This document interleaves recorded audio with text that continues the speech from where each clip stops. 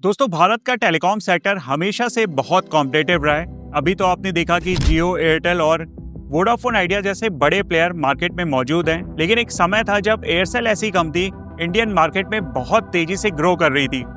लेकिन फिर ऐसा क्या हुआ कि ये कंपनी रातों रात दिवालिया हो गई। इस वीडियो में मैं आपको एकदम आसान भाषा में बताने वाला हूँ इस एयरसेल की कहानी। ये कहानी दोस्तों बहुत ही ज़्यादा इंटरेस्टिंग है और इससे हमको बहुत कुछ सीखने को भी मिलता है।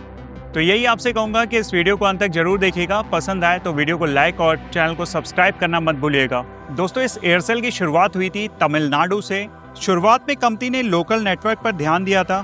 Fibre optical cable, base station और अच्छी कवरेज से इस कंपनी ने धीरे धीरे पकड़ बनाना शुरू किया।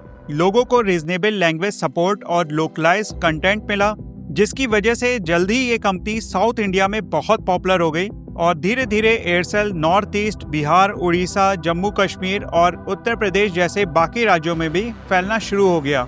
उस टाइम पर इंडिया में सिर्फ 2G नेटवर्क था और एयरसेल ने बहुत जल्दी GPRS और EDGE टेक्नोलॉजी को अपना लिया।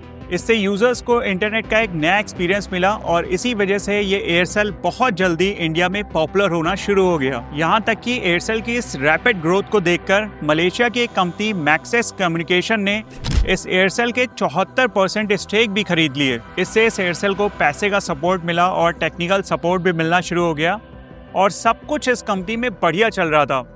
लेकिन आपको याद होगा कि 2008 में एक 2G स्पेक्ट्रम घोटाला आया था और वहीं से इस कंपनी के दिन खराब होना शुरू हो गए। अब मैं बात करता हूँ 4 मेजर पॉइंट की जिसकी वजह से ये एयरसेल कंपनी इंडिया में सरवाइव नहीं कर पाई। सबसे पहला पॉइंट है दोस्तों इसमें स्पेक्ट्रम ऑक्शन की दिक्कतें। स्पेक्ट्रम यानी वो नेटवर्क जिसकी वजह से कॉल और इंटरनेट काम करते हैं। ये स्पेक्ट्रम बहुत महंगा होता है और एयरसेल ने किसी तरीके से पैसे जुटाकर इस स्पेक्ट्रम को खरीदा था। लेकिन 2008 में 2G स्पेक्ट्रम घोटाला सामने आया और सुप्रीम कोर्ट ने सभी कंपनियों के लाइसेंस कैंसिल कर दिए। एयरसेल का भी लाइसेंस उसी में चला गया और करोड़ों रुपए का नुकसान इस कंपनी को हो गया। दूसरा मेजर कारण है इस कंपनी के लिए डेट। नए लाइसेंस देने के लिए कंपनी ने बहुत ज्यादा कर्ज ले लिया। वहीं दूसरी ओर कंपनी के जो कस्टमर थे वो धीरे धीरे टूटना शुरू हो गए, जिसकी वजह से कंपनी का सरवाइव कर पाना मुश्किल होता जा रहा था। तीसरा जो सबसे मेन कारण था कंपटीशन का बढ़ना और जियो की एंट्री होना। 2016 में जियो ने एंट्री की और सब कुछ फ्री कर दिया। कॉल से लेकर डेटा, सारी चीज़ें मार्केट में फ्री अवेलेबल कर दी और यहीं से एयरसेल ऐसी कंपनियां बिल्कुल ही बिखर गईं। चौथा कारण रहा इस एयरसेल के फ्लॉप होने का, वो था इसका नेटवर्क और सर्विसेज। इस कंपनी के नेटवर्क और कॉलिंग सर्विसेज खराब होना शुरू हो गए। एयरसेल के नेटवर्क की क्वालिटी धीरे धीरे गिरने लगी। कस्टमर को कॉल ड्रॉप और इंटरनेट स्लो मिल रहा था और लोग मजबूर होकर दूसरी कंपनियों में शिफ्ट करने लगे और यहीं से इस कंपनी का डाउनफॉल शुरू हो गया। आखिरकार कर्ज, खराब नेटवर्क और बेकार सर्विसेज की वजह से 2018 में ये एयरसेल कंपनी बैंकरप्ट हो जाती है। इसके बाद कंपनी के सारे टावर एसेट्स बेच दिए गए ताकि कर्ज चुकाया जा सके और इस तरीके से इंडिया में इस एयरसेल कंपनी का सफर खत्म हो गया।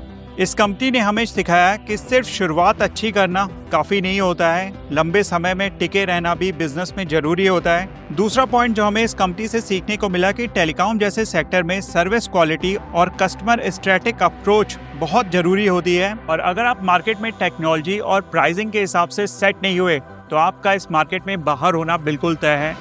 बिल्कुल ऐसा ही आप याद करिए तो अभी वोडाफोन आइडिया के साथ हो रहा है। वोडाफोन आइडिया भी बहुत मुश्किल से इस टेलीकॉम सेक्टर में सरवाइव कर पा रहा है। एक तो AGR का ड्यू इसके ऊपर बहुत बकाया चल रहा है और इसके साथ ही उसका कंपटीशन इस समय जियो और एयरटेल जैसे बड़े धुरंधर से हो रहा है, जिसकी वजह से आप देखते हैं कि आए दिन वोडाफोन आइडिया से रिलेटेड बैंकरप्सी ऐसी न्यूज़ आना शुरू हो जाती हैं कि कंपनी 2026 में दिवालिया हो जाएगी। वो इसी वजह से हो रहा है कि इस समय जो कॉम्पिटिशन चल रहा है इस टेलीकॉम सेक्टर में वो बहुत ज़्यादा है और जियो स्पेशली जो मार्केट लीडर इस समय बना हुआ है उससे कॉम्पीट कर पाना हर किसी के बस की बात नहीं है। वेल दोस्तों, ये थी एयरसेल से जुड़ी पूरी कहानी। उम्मीद कर रहा हूँ आपको ये वीडियो पसंद आया होगा।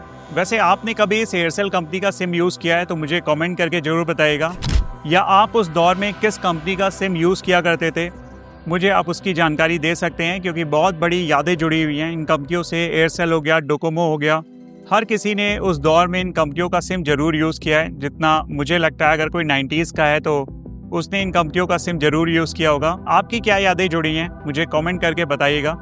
इस वीडियो में दोस्तों इतना ही रखता हूँ, फिर मिलता हूँ अगले वीडियो में। This is me Shalabh Dixit signing of.